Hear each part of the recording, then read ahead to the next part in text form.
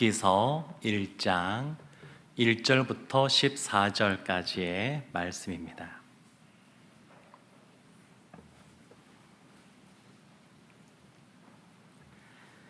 룻기 1장 1절부터 14절 한 절씩 교독하겠습니다.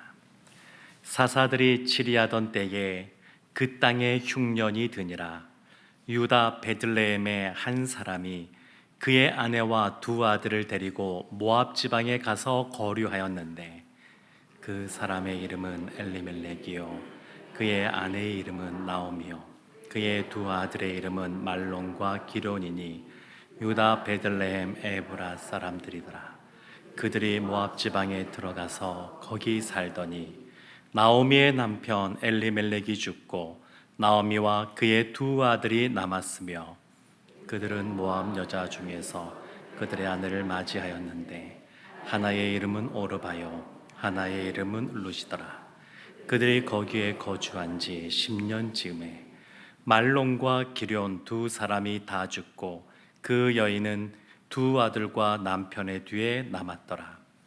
그 여인이 모압 지방에서 여호와께서 자기 백성을 돌보시사 그들에게 양식을 주셨다 함을 듣고 이에 두 며느리와 함께 일어나 모압 지방에서 돌아오려 하여 있던 곳에서 나오고 두 며느리도 그와 함께하여 유다 땅으로 돌아오려고 길을 가다가 나오미가 두 며느리에게 이르되 너희는 각기 너희 어머니의 집으로 돌아가라. 너희가 죽은 자들과 나를 선대한 것 같이 여호와께서 너희를 선대하시기를 원하며 여호와께서 너희에게 허락하사 각기 남편의 집에서 위로를 받게 하시기를 원하노라 하고 그들에게 입맞춤에 그들이 소리를 높여 울며 나오미에게 이르되 아니니이다. 우리는 어머니와 함께 어머니의 백성에게로 돌아가겠나이다 하는지라. 나오미가 이르되 내 딸들아 돌아가라. 너희가 어찌 나와 함께 가려느냐. 내 태중에 너희의 남편 될 아들들이 아직 있느냐. 내 딸들아 되돌아가라. 나는 늙었으니 남편을 두지 못할지라. 가령 내가 소망이 있다고 말한다든지 오늘 밤에 남편을 두고 낳는다 하더라도 너희가 어찌 그들이 자라기를 기다리겠으며 어찌 남편 없이 지내겠다고 결심하겠느냐. 내 딸들아 그렇지 아니하니라. 여호와의 손이 나를 치셨으므로 나는 너희로 말미암아 더욱 마음이 아프도다 하매 그들이 소리를 높여 다시 울더니 오르바는 그의 시어머니에게 입맞추되 룻은 그를 붙쫓았더라. 아멘. 룻기는 성경에 나와 있는 성경 중에서 여성의 이름이 들어간 두 권의 책 중에 한 권이 이 룻기입니다. 또 한 권은 어떤 책인지 기억이 나시나요? 에스더. 네, 에스더. 에스더와 룻 이 두 사람은 여인이면서 성경에 그 이름이 기록되어 있습니다. 그래서 그것만으로도 룻기서는 중요하다 이렇게 볼 수가 있습니다. 이 룻기서는 우리 성경 보면 사사기 다음에 나와 있습니다. 사사기 다음에 룻기가 나와 있는데 근데 1절 보면 사사들이 치리하던 때, 그러니까 룻이 살던 때는 사사시대입니다. 사사시대. 그러니까 하나님을 의지하고 하나님 뜻대로 살아가는 것이 아니라 사람이 각기 자기 소견에 오른 대로 행하던 시대. 그래서 어려움을 겪을 때에 하나님께서 사사들을 보내서 사람들을 구원하셨을 때, 그때 그 시대에 이 룻이 살고 있었습니다. 룻이 그 당시에 살고 있었습니다. 그런데 이 히브리 성경을 보면 순서가 조금 차이가 있습니다. 우리는 사사기 다음에 룻기가 나와 있는데, 근데 히브리 성경을 보면 시편 또 잠언 나오지 않습니까? 이 잠언 다음에 이것이 들어가 있습니다. 룻기가 들어가 있습니다. 잠언 마지막 31장에 어떤 얘기가 나오냐면 현숙한 여인 이야기가 나오거든요. 현숙한 이야기가 나오고 바로 룻기가 나오니까 어떤 생각을 할 수 있을까요? 현숙한 여인은 어떤 사람이냐, 대표적인 사람이 누구를 꼽을 수 있냐면 룻을 꼽을 수 있습니다. 룻. 그러니까 룻이 현숙한 여인이라는 겁니다. 근데 이 룻기스를 보면 시어머니 나오미도 나오고 또 이 룻도 나오고, 근데 보면 나오미는 남편도 두 아들도 다 죽게 되고 뭐 모압 그 이방 땅으로 풍요로운 것을 위해서 이민을 갔었지만 결국 아무것도 없고 텅 빈 손으로 돌아오게 된 그러한 여인이 나오미이고, 그 시어머니를 버리지 않고 그 어머니를 끝까지 따라서 함께 따라온 그 며느리가 룻입니다. 근데 이 두 사람은 사실 돌아와서도 당장 먹고 살 것이 무엇이 보장된 것이 없는 그러한 사람들입니다. 그리고 이 룻은 남편도 일찍 죽었고 자녀도 없고, 그런데 그 다음에 히브리 성경 이 잠언 나오고 룻기 나오고 그 다음에 나오는 성경이 뭐냐면 아가서입니다. 아가서. 그러니까 우리 한 권 한 권으로 보지 않고 조금 그 권으로 본다 그러면 지금 현숙한 여인의 대표적인 사람이 룻이고, 그리고 이 룻기에는 보면 나오미도 그렇고 룻도 그렇고 그냥 텅 빈 그런 상실의 모습들을 많이 보여주는데, 다른 식으로 표현하면 혹독한 하나님의 섭리 가운데 있는 것을 보게 되는데, 그 뒤에 이어지는 내용은 아가서, 아주 아름다운 사랑의 이야기가 나오는 겁니다. 그러니까 현숙한 여인으로 살아가면 이 세상에서 살아갈 때 여러 가지 어려운 일을 안 만나는 건 아니고 만날 때도 있지만, 결국에는 그 비어있는 그 부분을 하나님께서 채워주시고 메꿔주시고, 보다 더 이 룻 같은 경우에는 온전한 그리고 새로운 그러한 사랑 가운데 거하게 주신다, 이런 것들을 말씀하고 있다라고 하는 것을 그 성경이 배치된 것을 보면 알 수가 있습니다. 근데 뭐 나오미나 룻 말고도 우리도 그렇지 않습니까? 우리도 보면 늘 항상 기쁘고 즐겁고 행복해야 되는데 행복하지만 그러나 여전히 계속해서 기도해야 될 거리들이 있고 때론 어려운 일도 만나게 됩니다. 저도 이제 목회자로 있으니까 또 한국교회에 있으니까 뭐 할 수 있는 것이 별로 없음에도 불구하고 요즘 한국교회에 생각하면 여러 가지 암울한 소식들이 그냥 계속 전해지고 있습니다. 제가 지난 주일날 설교 시간에 잠깐 언급했지만 얼마 전에 대법원에서 동성 커플에 대한 그 일부 권리를 인정해 주는 판결을 내렸습니다. 우리나라에서 최초입니다. 근데 이것이 나자마자 그 소송을 냈던 그 동성 커플이 뭐라고 얘기하냐면, 이제 우리가 용기를 얻었다.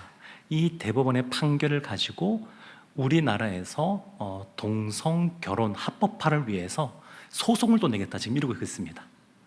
이게 지금 절차를 지금 밟아가고 있는 거거든요. 그러니까 이런 걸 보면 우리 다음 세대, 우리 청년 세대 생활할 때 어떻게 자녀들이 이 세상에서 더 안전하고 또 보다 더 성경적인 그러한 삶을 살아갈 수 있을까 고민도 되고 염려도 됩니다. 뿐만 아니라 얼마 전에, 이것도 최근에 난 판결입니다. 대법원 판결인데, 코로나19 때 우리 예배 드리는데 제한이 되지 않았습니까? 인원수도 제한하고 뭐 아예 못 오게도 했었고, 그래서 여기에 대한 소송이 있었습니다. 대법원에서 판결이 얼마 전에 났거든요. 대법원에서 어떻게 판결을 냈냐면, 코로나19라고 하는 팬데믹 속에서 이 예배를 제한하는 것은 종교의 자유를 침해한 것은 아니다, 이런 판결을 내렸습니다.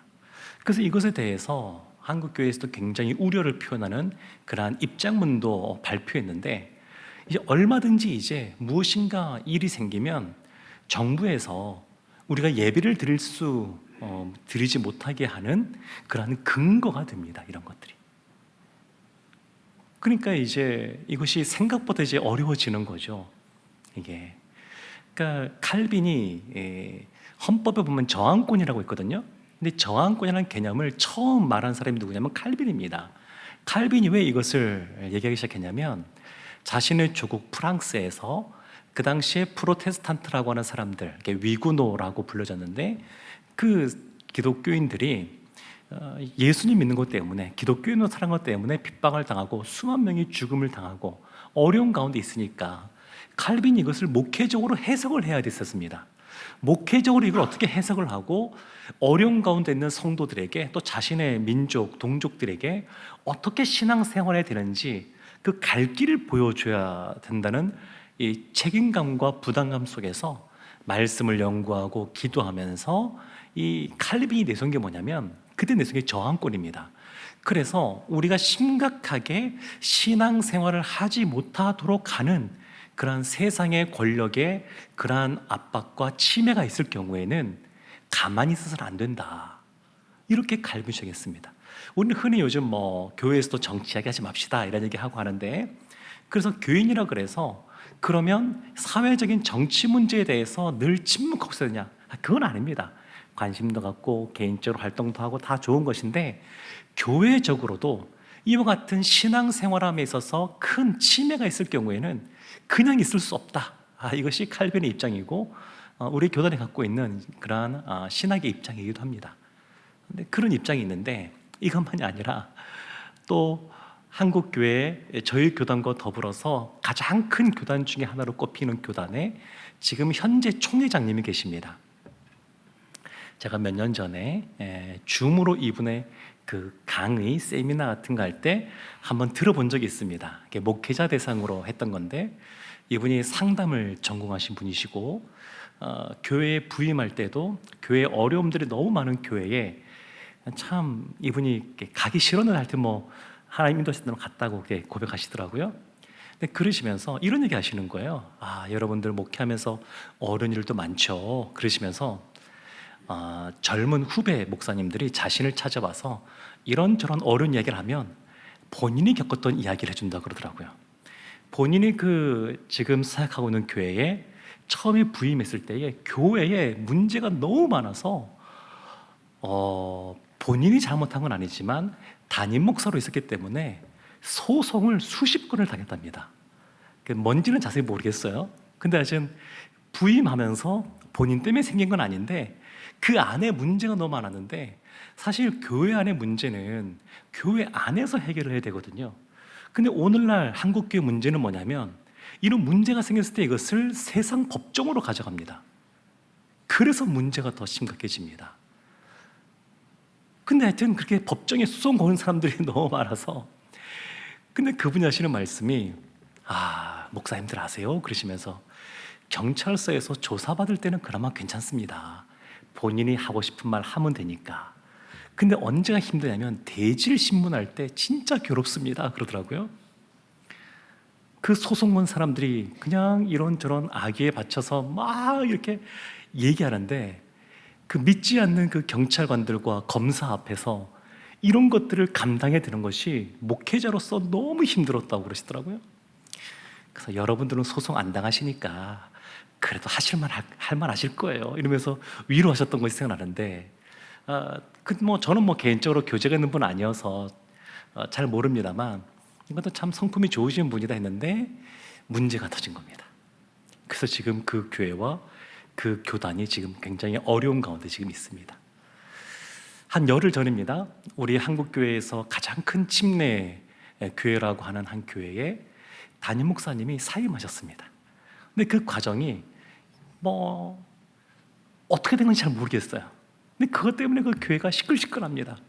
그런데 이러한 문제가 터지면 이것이 그 교회의 문제로만 끝나는 것이 아니라 대형 교회들이고 아주 한국교회에 영향력이 있는 교회들이고, 그래서 이런 것이 다른 사람들에게도 영향을 미칩니다. 믿지 않는 사람들도 이런 걸 보면서 조롱합니다. 비난합니다.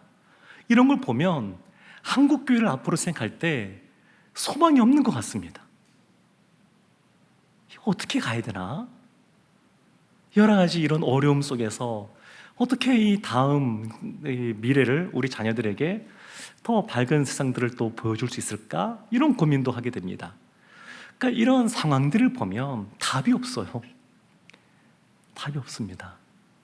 그럼에도 불구하고 제가 목회하면서 늘 소망 가운데 있는 것은 우리는 어떻게 할 수 없는데 교회에 머리 드시는 분이 주님이시기 때문에 주님께서는 그럼에도 불구하고 이 모든 상황 속에서도 하나님 나라를 확장시켜 가실 것이라고 하는 것, 결국 열방 가운데 다 복음이 전해지게 될 것이고 예수님이 다시 재림하게 될 것이고 그리고 하나님 나라를 우리가 경험하며 살아가게 될 것이라고 하는 그런 소망이 있기에 저도 사실은 이 자리에 서서 설교하고 있는 겁니다. 그러니까 소망이 없으면 믿음 생활하는 것이 다 헛것입니다. 헛것. 우리가 부활에 대한 그런 확신, 그리고 하나님이 우리의 소망이 되신다는 그러한 것이 없으면 이 신앙생활을 한다는 것이 아무런 의미가 없는 것 같습니다. 근데 오늘 본문의 말씀을 보면 하나님이 우리의 소망이 되신다라고 하는 것을 발견할 수가 있습니다. 8절 9절 말씀에 이런 말씀이 나옵니다. 나오미가 두 며느리에게 말하는 건데, 나오미가 두 며느리에게 이르되 너희는 각기 너희 어머니의 집으로 돌아가라. 너희가 죽은 자들과 나를 선대한 것 같이 여호와께서 너희를 선대하기를 원하며, 9절 여호와께서 너희에게 허락하사 각기 남편의 집에서 위로를 받게 하시기를 원하노라 하고 그들에게 입맞춤에 그들이 소리를 높여 울며, 돌아가라 돌아가라, 어머니 집으로 돌아가라, 이렇게 말합니다. 8절에서도 그렇게 말하지만 그 밑에 나오는 11절에서도 12절에서도 되돌아가라, 이런 말들을 반복해서 합니다. 원래는 나오미가 그 두 며느리와 함께 떠나왔던 고향인 베들레헴으로 돌아가려고 그럽니다. 원래 글로 다시 떠났던 고국으로 돌아가려고 하는데 하나님이 베들레헴에 은혜를 베푸셔서 다시 부유함, 풍족함을 주다는 얘기를 듣고 나서 돌아가려고 그럽니다. 그래서 길을 떠났습니다. 길을 떠났는데 가다 보니까 시어머니 입장에서 이건 아니다 생각이 들었던 것 같습니다. 갈등을 했겠죠. 아무래도 갈등을 했지만 그냥 가면서 진짜 나에게 이들에게 소망을 줄 만한 거리도 없고 나와 함께 가면 아무런 보장도 없고 내가 이 두 며느리를 고생만 시키는 것 아닐까, 이런 생각을 하면서, 또 며느리들이 착한 것 같습니다. 시어머니의 관계도 좋았던 것 같습니다. 그래서 같이 따라갔는데 도저히 안 되겠다 싶어서 돌아가라 돌아가라 이렇게 말합니다. 너희가 나를 선대한 것, 8절에 보면 나오는데 이 선대는 그렇게 행하다 그런 뜻이거든요. 여호와께서 너희를 선대하기를 원하신다, 이 선대는 같은 우리는 선대로 썼지만 의미가 다릅니다. 뒤에 나오는 여호와께서 베푸시는 선대는 헤세드입니다. 헤세드, 은혜입니다. 하나님이 너희에게 은혜를 베풀어 주시기를 원한다, 그렇게 말을 합니다. 그리고 같이 울어요. 상황을 너무나 잘 아니까. 지금 이 현실이 얼마나 쉽지 않은 상황인지 서로 잘 아니까, 그리고 시어머니가 왜 돌아가라고 말하는지 그 마음도 아니까, 그러니까 서로 웁니다. 서로 울어요. 무엇인가 이렇게 소망이 없어요. 무엇인가 바라보고 달려갈 만한 곳이 없습니다. 그리고 우는 것밖에 없는 겁니다. 그래서 웁니다. 울어요. 그래서 결국 이 오르바가 며느리 둘 중에서 작은 며느리가 오르바고요, 첫째 맏며느리가 룻입니다. 그러니까 성경에 보면 1장에 그 오르바가 먼저 나오고 뒤에 룻이 나오니까 룻이 둘째 며느리라고 생각할 수 있는데 4장에 가면 룻이 첫째 아들의 며느리라고, 아내라고 나옵니다. 그래서 이 룻이 맏며느리고 둘째 동서가 이 오르바입니다. 근데 이 오르바는 돌아갔습니다. 이 마음 다 알면서도 어머니 따라서 베들레헴으로 간다 그래서 그 사람들은 낯선 것 아니겠습니까? 며느리들은 다 모압 여인들이니까 낯선 땅에 가서 아무것도 보장된 것 없는 그런 곳에 가는 것이 너무나 어려움이 없고 가서도 문제가 되니까 오르바는 돌아갔습니다. 근데 15절 말씀 보면 나오미가 또 이렇게 말하죠. 나오미가 또 이르되 보라, 내 동서는 그의 백성과 그의 신들에게로 돌아가나니 너도 너의 동서를 따라 돌아가라 하니. 다시 한번 말합니다.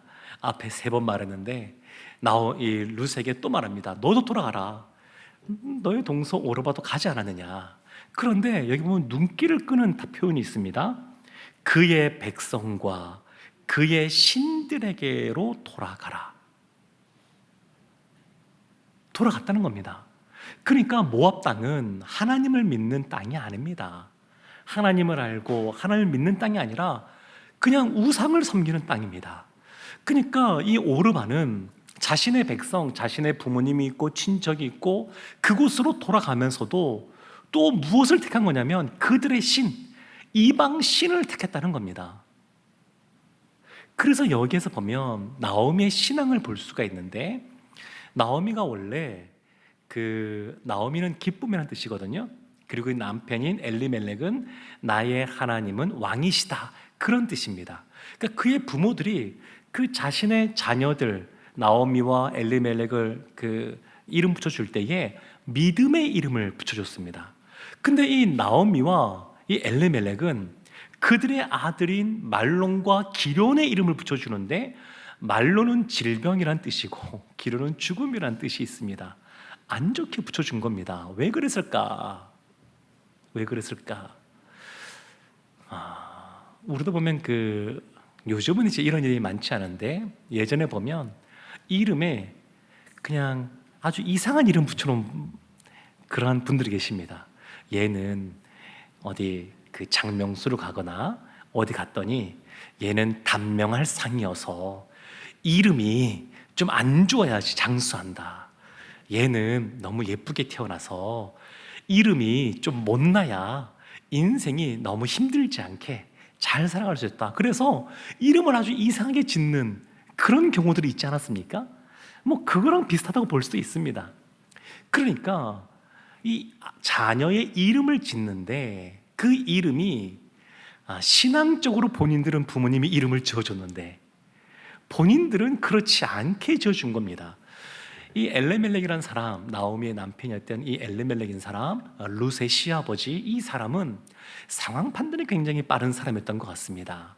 베들레헴에서 살 때, 부유하게 잘 살 때는 모르겠는데 사사시대니까 뭔가 되게 혼란스러운 그러한 시대상이고, 그리고 모압 땅에서는 풍족하다 그러고 자신이 거주하는 베들레헴은 되게 이렇게 뭔가 흉년도 들고 하면서 또 가난한 삶을 살아가고, 그러니까 빨리 판단한 거죠.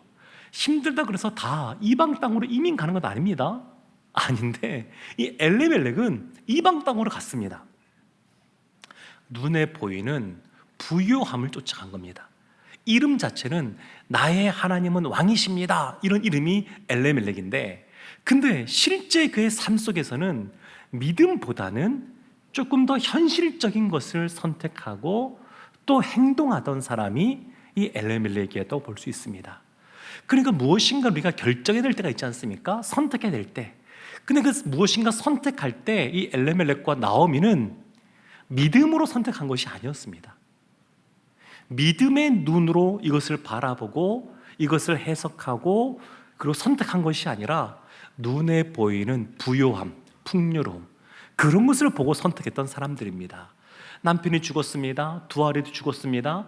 그리고 이 땅에서 살아봐야 먹고 살 것도 뭔가 보장되는 것이 없습니다. 점점 더 어려워지고 있습니다. 그때 고향인 베들레헴이 풍년이 들어서 하나님께서 그들을 부여해 주셨다는 소문이 들립니다. 나오미가 자신이 그 모든 상황들, 이 지금 처한 상황들을 보면서 잘못했구나, 이런 반성도 동시에 있으면서 회개하는 마음이 동시에 있으면서도 그래도 지금 이 며느리들을 돌아가게 하는 것을 보게 되면 현실적인 것이 좀 더 큰 여인이라고 할 수 있습니다. 지금까지는 모압 땅에서 10년을 거주했는데 그 거하는 기간 동안에 믿음이 완전히 없는, 믿음을 버린 사람들은 아닙니다. 나오미나 엘리멜렉이나 그러진 않았던 것 같습니다. 나오미의 그 뒤에 나오는 믿음의 고백들을 보게 되면, 또 행동들을 보게 되면 믿음을 저버린 사람은 아닙니다. 그런데 보다 현실적인 것을 택했던 사람입니다, 나오미가. 그래서 이들이 며느리들이 돌아가면 하나님을 믿고 하나님의 자녀로 살아가는 것이 아니라 조금 더 안정된 가정을 꾸릴 수 있고 먹고 살아가는 문제가 좀 편안할 수 있을지 몰라도 그들이 이방신을 섬기게 될 것이라는 것을 알고 있었습니다. 이것을 우리가 뭐라고 말하냐면 불신앙이라고 말합니다. 나오미가 믿음이 없는 사람은 아닌데 지금 며느리들 돌아가게 하는 거, 이것은 불신앙적인 그런 권면이라고 할 수 있습니다.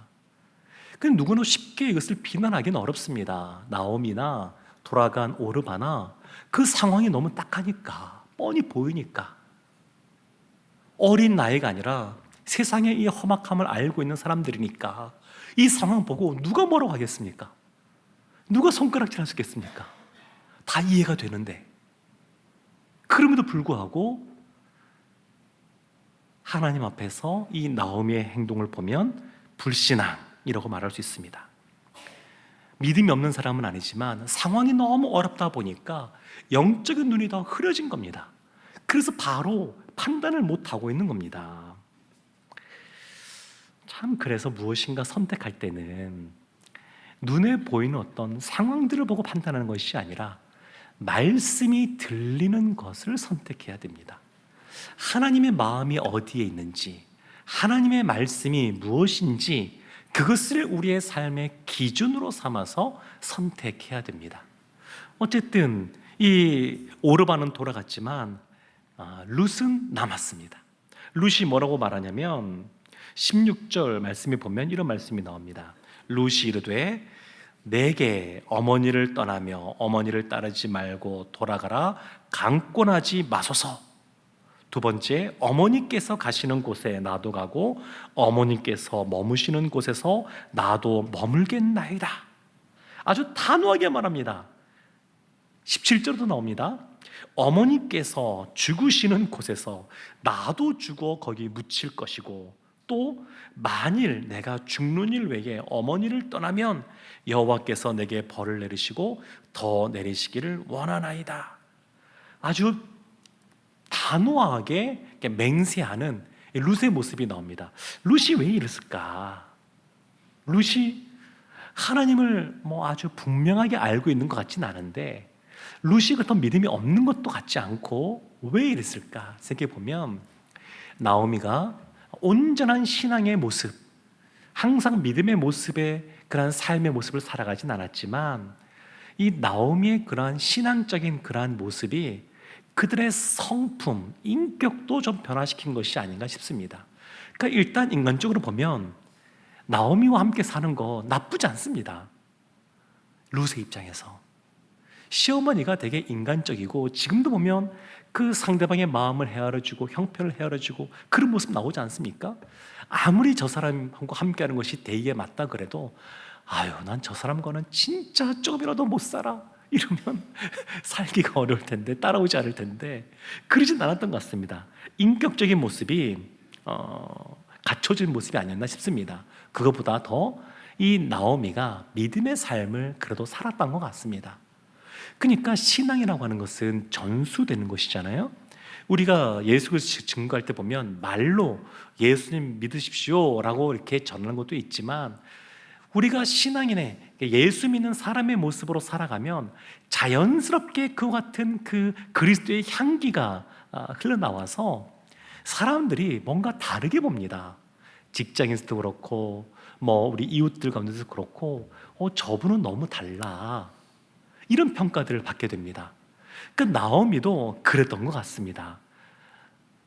부모의 그러한 신앙이 자녀에게 흘러가는 것처럼 이 신앙이 전수되는 모습이 10년의 그 과정 속에서 있었던 것 같습니다. 무엇보다 이 룻이 믿음의 고백을 하는데 16절 하반절에 이런 말씀이 있습니다. 아주 유명한 말씀이죠. 어머니의 백성이 나의 백성이 되고 어머니의 하나님이 나의 하나님이 되시리니. 어머니의 백성이 나의 백성, 순서는 바뀌었습니다. 그러니까 어머니의 하나님이 나의 하나님이 되고, 항상 이 수직적인 관계가 먼저입니다. 하나님이 나의 하나님이시다라고 하는 고백, 그리고 나서 옆에 있는 지체가 나와 함께하고 있는 형제 자매라고 하는 고백, 순서는 항상 이렇게 가는데 룻이 보면 그와 같은 고백을 하는데 순서는 지금 거꾸로 되어 있습니다. 그러니까 믿음이 없는 사람은 아닌데 제대로 온전하게 그것을 배우지는 못한 상태, 지금 일장의 상태는 그런 상태라고 할 수 있습니다.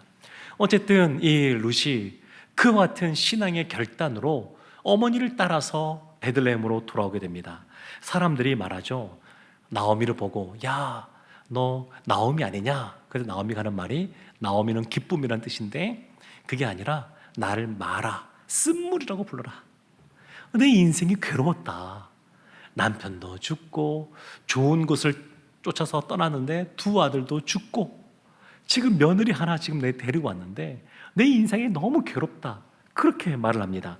근데 여기에서 나오미가 아주 그 중요한 고백을 하는 것이 나오는데 1장 20절, 21절에 이런 말씀이 있습니다. 나오미가 그들에게 이르되 나를 나오미라 부르지 말고 나를 마라라 부르라.